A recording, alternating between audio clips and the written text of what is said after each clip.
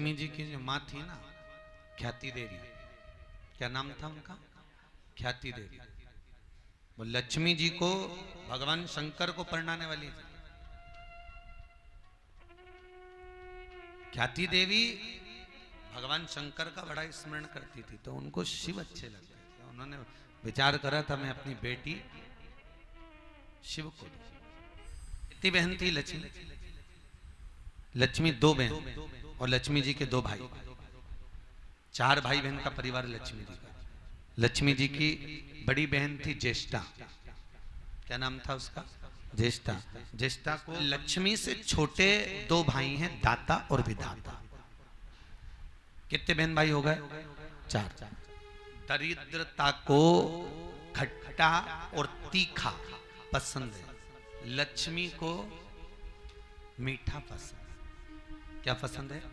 मीठा। आप लोग शुक्रवार के दिन अगर लक्ष्मी की पूजन करते हैं, दिवाली के दिन करते हैं, तो हम लोग नमकीन कम बनाते हैं, मीठा ज्यादा, क्योंकि लक्ष्मी को जो प्रिय है वो मीठा प्रिय है, और दरिद्रता को जो प्रिय है वो खट्टा और तीखा प्रिय है।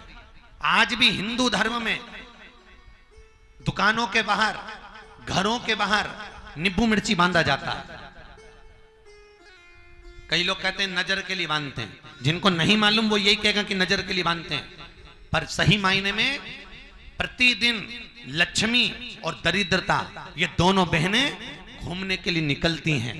प्रत्येक व्यक्ति के घर में वो जाती हैं। हर व्यक्ति के यहाँ सुबह से शाम तक में दरिद्रता और लक्ष्मी का नियम है, हर व्यक्ति के घर में प्रवेश करती है।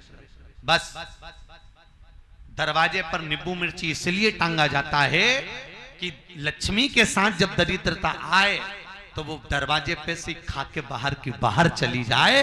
और मिठाई फ्रिज में रसोई घर में इसलिए रखी जाती है कि लक्ष्मी बाहर से अंदर तक आ जाए, इसलिए दोनों को विभाजित कर। महाराज हिंदू धर्म में बेटी की विदाई में 4 चीजें नहीं देते। कितनी चीज नहीं देते? 4। पहले नंबर पर झाड़ू। क्या नहीं देते? झाड़ू। दूसरे नंबर पर सुई, तीसरे नंबर पर चलनी, और चौथे नंबर पर अचार की बरनी। बेटी की विदाई में नहीं दी जाती। और जिस घर में बेटी की विदाई में ये 4 चीजें दी जाती है, उसके घर में कभी शांति नहीं रह सकती। वो बेटी हमेशा 24 घंटे दुख में ही पड़ी रहेगी। कभी पति क्रोध में, कभी सास क्रोध में, कभी ससुरा क्रोध में, कभी बच्चे चिड़चिड़, कभी रोग, कभी बीमारी, कभी कष्ट। बेटी की विदाई में 4 चीजें नहीं देना चाहिए, न 4 चीजें दी जाती है। पहले नंबर पर जम के बोलो झाड़ू, दूसरे नंबर पर सुई, तीसरे नंबर पर चलनी, और चौथे नंबर पर अचार की। बेटी की विदाई में जहां बेटी की विदाई में खट्टा और तीखा दे दिया जाता है, उसके घर में खटास पड़ जाती है, उसके घर में फिर शांति का अनुभव नहीं होता, उसके घर में दरिद्रता का वासा हो जाता। महाराज बेटी के ससुर को तुम्हारी हाथ का कितना भी अच्छा लगता हो तो भी हाथ जोड़ के कह देना, बेटा पैसा ले जा, खुद डाल ले, पर हम नहीं देंगे। सब कुछ ले जा, पर ये 4 चीजें हम नहीं देंगे। आचार्य दरिद्रता देवी वहां बैठी। भगवान विष्णु ने कहा लक्ष्मी चलो। नारायण लक्ष्मी के साथ में जब जाने लगे तो लक्ष्मी ने विनती करी, प्रभु मेरी बहन इस पीपल के वृक्ष के नीचे बैठी है, आप कुछ कृपा करिए। भगवान ने कृपा करी, सुन दरिद्रता, तो पीपल के वृक्ष के नीचे बैठी है, मैं तुझे वर देता हूं। इस पीपल के पेड़ के नीचे मैं और लक्ष्मी शनिवार के दिन आए हैं, इसलिए जो शनिवार को पीपल के वृक्ष की पूजन करता है उसके घर में लक्ष्मी और नारायण का प्रवेश हो जाता है। महाराज लक्ष्मी और नारायण प्रवेश करेंगे। और सुन दरिद्रता, इस पीपल के वृक्ष के नीचे मैं खुद आया हूं, इसलिए इस पीपल के नीचे मेरा वासा होगा। इतने में दरिद्रता बोली, वाह नारायण, तुम लक्ष्मी के साथ आए तो मुझे देने के लिए आए हो। तुम 7 दिन अगर पीपल के वृक्ष में रहोगे तो उसमें 1 दिन मेरा होना चाहिए।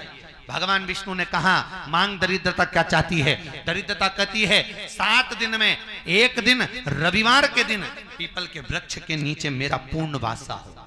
जो रविवार के दिन पीपल के पेड़ के नीचे आए और खाली हाथ आए उसके घर में मैं स्वयं प्रवेश कर जाऊं। आप वर दीजिए। भगवान ने कहा तथास्तु। रविवार के दिन अगर पीपल के पेड़ के नीचे कोई खाली हाथ आएगा तो उसके घर में तू प्रवेश करेगा।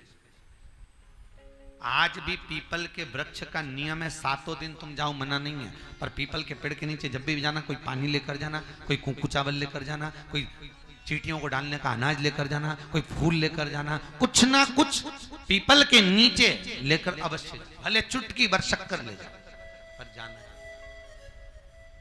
और अगर रविवार के दिन अगर पीपल के नीचे गए हो तो उसमें आप याद रखना कि खाली हाथ कभी मत जाना।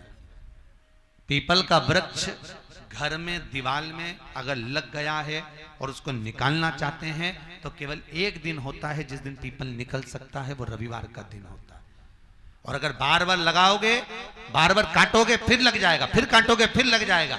तो पीपल को भी निकालने का एक नियम है। रविवार के दिन नींबू और 7 मिर्ची उस पीपल के वृक्ष के नीचे रख दो जहां दीवार में लग रहा है। उसके बाद उसको उखाड़ दीजिए, दूसरी जगह पर ले जाकर लगा दीजिए। पीपल फिर वापस नहीं लगता कभी भी, याद रखिए। फिर वहां नहीं, केवल एक दिन होता है, वो रविवार का। लक्ष्मी चली नारायण के साथ में, महाराज भगवान विष्णु के साथ में लक्ष्मी जा रहे। पहुंची, दुसा मुनि आ गए।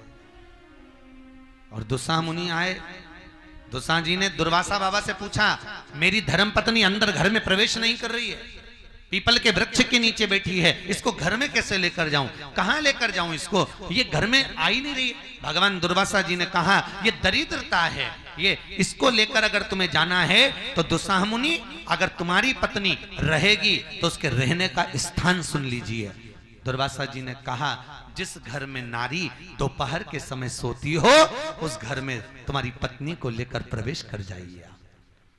सुनिए दुसा मुनि, जिसके घर में रात्रि में झूठे बर्तन पड़े रहते हो उसके घर में तुम अपनी पत्नी को लेकर प्रवेश कर जाइए। जिसके दरवाजे पर नारी खड़े होकर शाम के समय चोटी करती हो, बाल बाती हो और बाल दरवाजे पर पड़े हो उसके घर में तुम प्रवेश कर जाइए। सुनिए दुसा मुनि, जिसके घर में कांटेदार पौधे लगे हो उसके घर में तुम प्रवेश कर जाइए।